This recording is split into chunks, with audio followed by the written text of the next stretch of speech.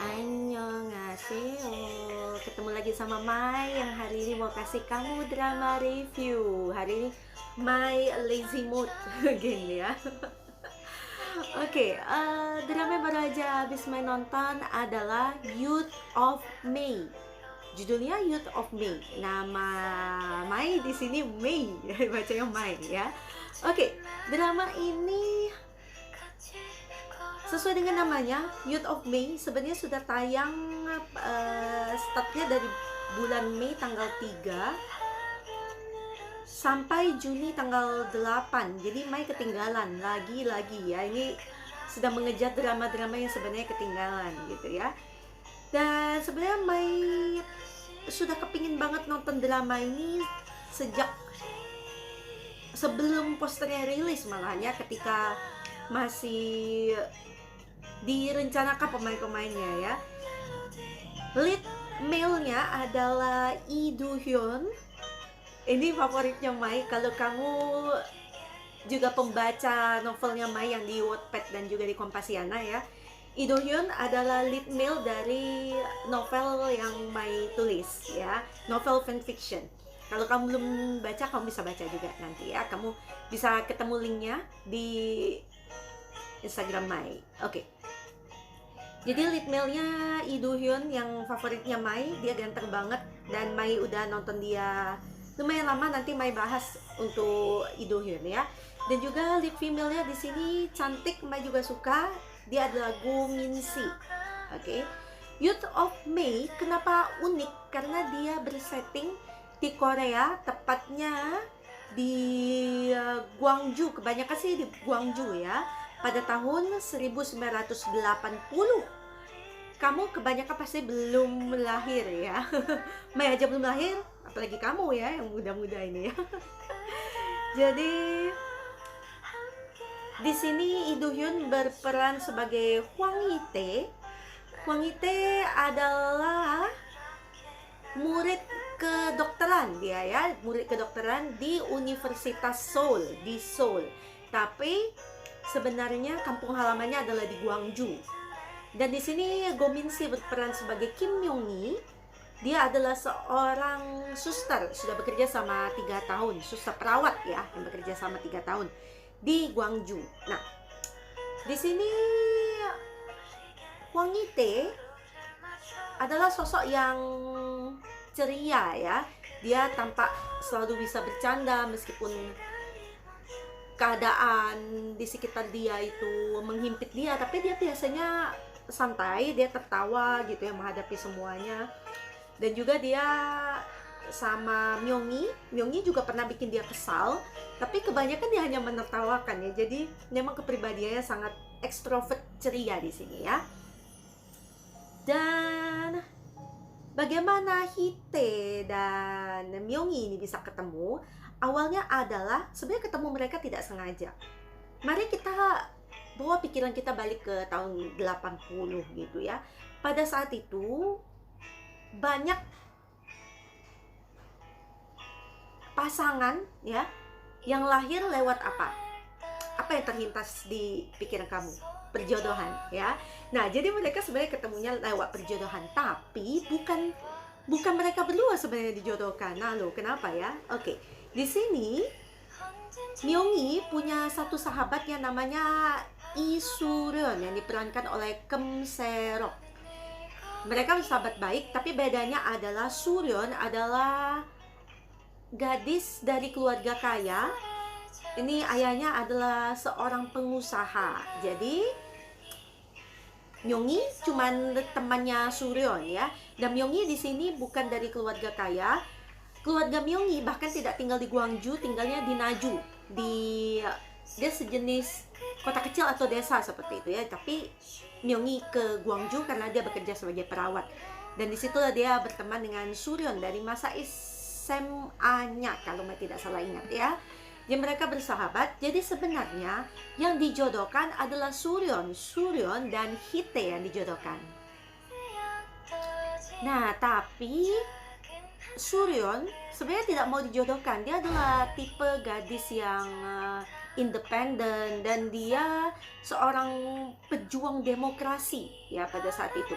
Pada tahun 1980, Maisy belum sempat research ya, tapi menurut cerita ini pada tahun itu di Korea, memang bukan di Korea, tepatnya di Gwangju ya, lagi ada sejenis pertikaian di situ ya antara para mahasiswa dan pemerintah yang ada di sana. Nah, Suryon adalah salah satu aktivis. Jadi dia gadis yang sangat independen, dan tentu saja dia tidak mau dong dijodohkan gitu. Nah, sebenarnya ayahnya Suryon tidak begitu mau juga anak gadis satu-satunya ini dijodohkan dengan keluarga dari Hite ya. Keluarga Hite itu, ayah Hite adalah seorang inspektur polisi yang sudah cukup punya jabatan yang tinggi ya, sejenis jenderal atau bagaimana. Dia mengepalai bagian, main lupa ya, kalau tidak salah, lupa deh. Pokoknya dia ini yang berurusan dengan para aktivis itu ya, langsung dari pihak kepolisian. Dia yang biasanya mengamankan, misalnya ada demo atau apa, dan misalnya ada aktivis yang tertangkap, dia yang langsung mengadilinya dari pihak kepolisian itu, si ayahnya Hite. Jadi sebenarnya keluarganya, bukan keluarga ya, Suryon ini sangat berlawanan dengan ayahnya Hite. Dan ketika Suryon tahu dia mau dijodohkan sama anaknya Hwang Ki-nam, yaitu ayahnya Hite itu, Suryon nggak mau gitu ya, tapi dia harus memenuhi keinginan ayahnya. Jadi bagaimana caranya? Nah, dia minta tolong sama Myung-hee. Jadi Suryon mendandani Myung-hee menjadi seperti gadis kaya begitu ya, gadis dari keluarga kaya, untuk menggantikan dia. Dan jadi Myung-hee memakai identitas Suryon ketika kencan buta dengan Hite. Dan sebenarnya Suryon sudah memberikan berbagai tips ya, yang membuat Myung-hee itu kelihatan menyebalkan, supaya Hite itu jadinya nggak suka sama Myung-hee, supaya ya putus, nggak jadi perjodohannya gitu. Tapi apa yang terjadi, ternyata memang Myung-hee dan Hite itu berjodoh. Jadi sudah dengan berbagai cara Myung-hee berusaha menyingkirkan Hite. Hite ini adalah, sekali lagi mau bilangnya, dia adalah pria yang bersemangat, selalu bersahaja. Jadi dia tahu sebenarnya Myung-hee ini mencobai dia gitu ya. Jadi Hite lulus dia tidak mundur, dia malah makin suka dengan Myung-hee ya. Jadi pertemuan-pertemuan berikutnya ada yang direncanakan, ada yang tidak direncanakan, tapi mereka selalu ketemu. Jadi memang jodoh ya, kita bisa bilang jodoh berdua ini. Jadi mereka selalu ketemu dan akhirnya mereka pacaran gitu ya. Nah, tapi masalahnya adalah keluarga Hite dan keluarga Suryon, mereka terlibat suatu bisnis karena opanya Suryon di sini, yaitu Lee Soo-chan yang diperankan oleh Lee Sang-hee, akan membuka sebuah perusahaan di bidang farmasi ya, untuk membuat obat-obatan sendiri katanya. Nah, jadi saat itu Soo-chan ingin punya investor untuk perusahaannya itu, dan keluarganya Hite menjadi investor di sana. Nah, keluarga Hite juga mencarikan investor-investor lain supaya perusahaannya Soo-chan semakin berkembang. Dan karena itu sejenis utang budi, boleh dibilang keluarga Suryon dengan keluarga Hite ini punya sejenis utang budi. Jadi keluarganya Hite bilang, ya kami nggak mau kalian cuman seperti ini ya, maksudnya tidak ada timbal balik ketika sudah dicarikan investor untuk perusahaannya Soo-chan. Jadi Suryo juga terpaksa berpacaran dengan Hite karena ada satu hari ketahuan si Myung-hee ini adalah Suryon palsu. Ketika Hite yang cerdas itu ya, dia ke rumahnya Suryon dan melihat Suryon dan Myung-hee bersama-sama gitu. Nah, tapi memang Hite tidak mengekspos Myunggi pada saat itu. Jadi dia pura-pura dia sudah tahu, dan dia biasa saja menganggap selama ini yang dia datangi, yang dia pergi kencan itu dengan Suryeon yang asli gitu. Jadi keluarga Hite meminta Suryeon untuk segera dinikahkan dengan Hite supaya bisnis mereka juga semakin legal ya, maksudnya dibantu ya, apa sih timbal baliknya yang minta mereka menikah. Jadi akhirnya keluarga Suryeon dipaksa-paksa juga nih, ayahnya memaksa Suryeon untuk setidaknya bertunangan dengan Hite gitu ya. Jadi mereka akhirnya bertunangan, memang Suryeon dan Hite, dan Myunggi sempat patah hati karena Myunggi tahu dia itu hanya orang ketiga di antara mereka berdua gitu ya. Nah, tapi di malam pertunangan itu Myunggi akhirnya bilang kalau dia sebenarnya suka dengan Hite ya. Jadi Hite sudah pernah confess sama Myunggi. Dia bilang, gimana kalau kamu menjadi pacarku hanya selama bulan Mei gitu. Dan akhirnya Myunggi menjawab di malam pertunangan itu. Myunggi bilang, aku tidak mau melalui bulan Mei tanpa kamu. Cie. Ya akhirnya mereka lari berdua. Tapi ketika mereka lari berdua itu dari acara itu ya, Suchan melihat mereka, dan juga ada temannya Suryeon juga yang memergoki mereka. Tapi memang mereka lari pada malam itu ya, melarikan diri. Nah, sebenarnya si Myunggi ini dia diterima untuk berkuliah di Jerman ya pada saat itu, dan rencana Myunggi bulan Juni dia akan berangkat. Jadi dia berusaha mencari uang ya supaya bisa membeli tiket pesawat, karena pada saat itu kan mahal ya tiket pesawat. Nah, makanya Suryeon bilang, aku beliin kamu tiket pesawat, tapi kamu gantiin aku untuk pergi kencan dengan Hite. Jadi itu awalnya kenapa Suryeon setuju, Myunggi setuju menggantikan Suryeon untuk pergi kencan dengan Hite. Dan ternyata berakhir dengan keduanya jatuh cinta gitu ya. Nah, tapi apakah kisah cinta mereka disetujui? Sudah tahu bahwa keluarganya Hite ya itu maunya ya Hite dengan Suryeon, dengan gadis dari keluarga kaya juga gitu ya. Nah, keluarganya Suryeon juga selama ini taunya Suryeon itu berkencan dengan Hite, bukannya Myunggi gitu ya. Jadi selain itu masalahnya ya, ternyata ada juga kepahitan dari zaman dulu ya, sudah cukup lama berlalu. Ternyata Myunggi ini pernah bertemu dengan ayahnya Hite ya, dalam kasus yang sebenarnya sudah lama berlalu gitu.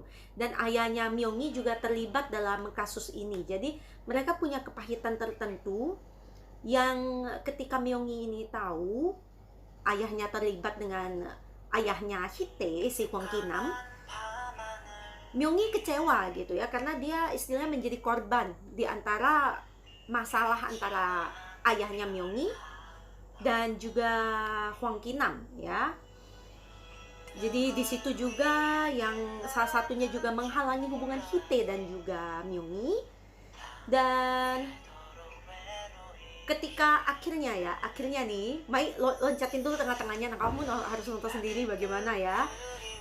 Nah, suatu hari Hite dan Myunggi itu memutuskan untuk lari dari Gwangju karena keadaan di Gwangju semakin panas, sejenis ada kerusuhan antara rakyat, para mahasiswa plus rakyat, dan juga dari pihak kepolisian.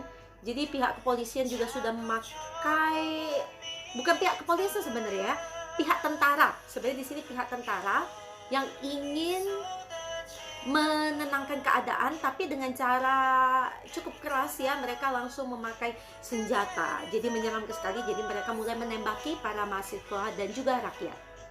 Karena keadaan panas itulah, dan juga karena keluarga mereka menolak ya hubungan, bukan hanya keluarga, hubungan Hite dan Myunggi ini kan boleh dibilang ilegal ya. Jadi mereka merencanakan untuk melarikan diri dari Gwangju saat itu. Nah, itulah yang menjadi puncak dari kisah cinta Hite dan Myunggi ketika mereka berdua berusaha lari dari Gwangju ya. Beberapa hari yang sangat menegangkan, kamu harus nonton ini. Dan juga ngomong-ngomong ya, drama ini tayangnya di KBS 2 dan hanya 12 episode saja. Cukup pendek, Mai kaget ya karena tidak melihat, hanya nonton saja. Sekali lihat, oh dia tamatnya di episode 12, jadi cukup pendek. Tapi ceritanya menurut Mai tidak bertele-tele ya, jadi memang tepat sasaran. Dan kalau kamu memang ingin nonton yang romance, full romance, ini adalah drama yang cocok buat kamu ya. Ini romantis tapi juga ada konflik-konflik yang melibatkan masa lalu, melibatkan banyak orang. Ya menurut Mai drama ini keren ya, dengan setting yang nanggung boleh kita bilang ya, karena di tahun 1980. Sudah lama nggak nonton drama yang di tahun-tahun begini, jadi Mai suka sih ya dengan settingnya. Cuma Mai agak annoyed sebenarnya dengan logat Gwangju yang menurut Mai nggak biasa ya. Mungkin selama ini kan karena nonton drama itu pasti logatnya logat Seoul gitu ya. Juga kebanyakan kalau kayak Mai itu belajar bahasa Korea kan logatnya pasti yang Seoul gitu ya. Jadi agak annoyed sedikit pada awalnya dengan logat-logat Gwangju. Tapi sudah lewat setengah dramanya udah biasa sih. Namanya juga menyesuaikan diri ya. Lee Do Hyun, dia adalah aktor kelahiran 95, masih muda banget ya, boleh dibilang dia aktor yang sangat muda ya. Tapi dia sudah pernah mendapat award sebagai short drama, special short drama actor ya, dan juga best new actor di 18 Again. Hebat. Oke. Jadi karir dia baru dimulai pada tahun 2017, bayangkan.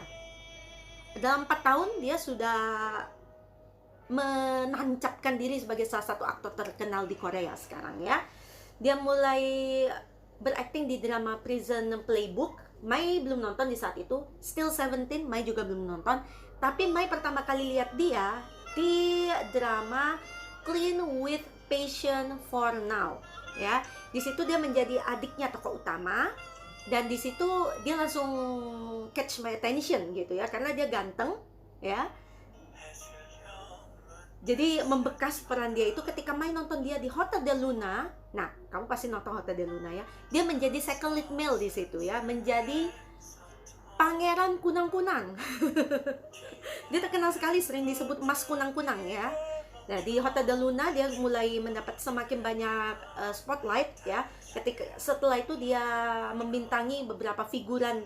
Dia figuran di The Great Snow habis itu, dan juga menjadi tokoh utama di 18 Again, dan juga tokoh utama lagi di Sweet Home, dan dia menjadi figuran di Beyond Evil, dan menjadi tokoh utama lagi di Youth of May. Semuanya itu di Beyond Evil, Youth of May 2021, 2020, di 18 Again dan Sweet Home ya. Dan juga dia sudah ada drama, upcoming drama judulnya Melancholia. Ini Mai belum lihat sih ya, kapan dramanya akan tayang, tapi di tahun ini juga. Oke, that's Lee Do Hyun. Dan juga Go Min Si. Uniknya Go Min Si, Mai pertama kali lihat dia adalah di drama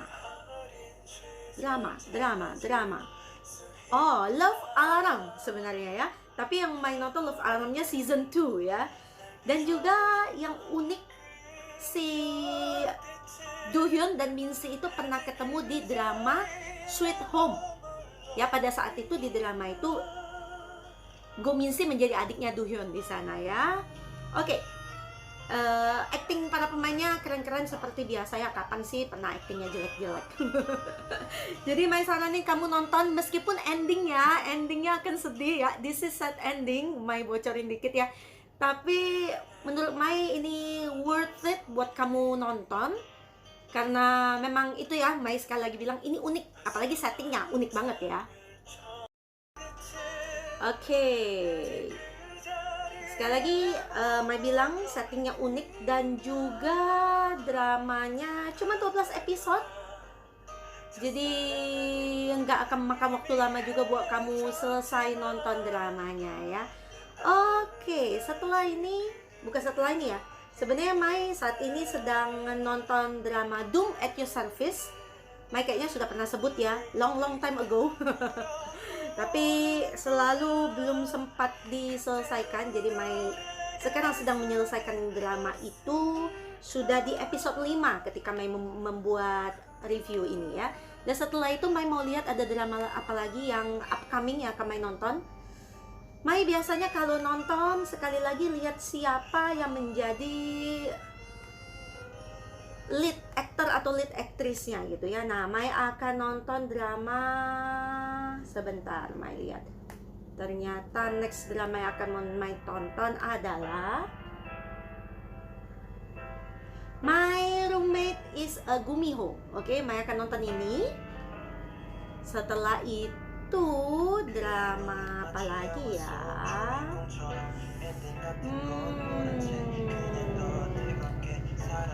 Oh, Nevertheless ya, Nevertheless, karena di situ ada Song Kang.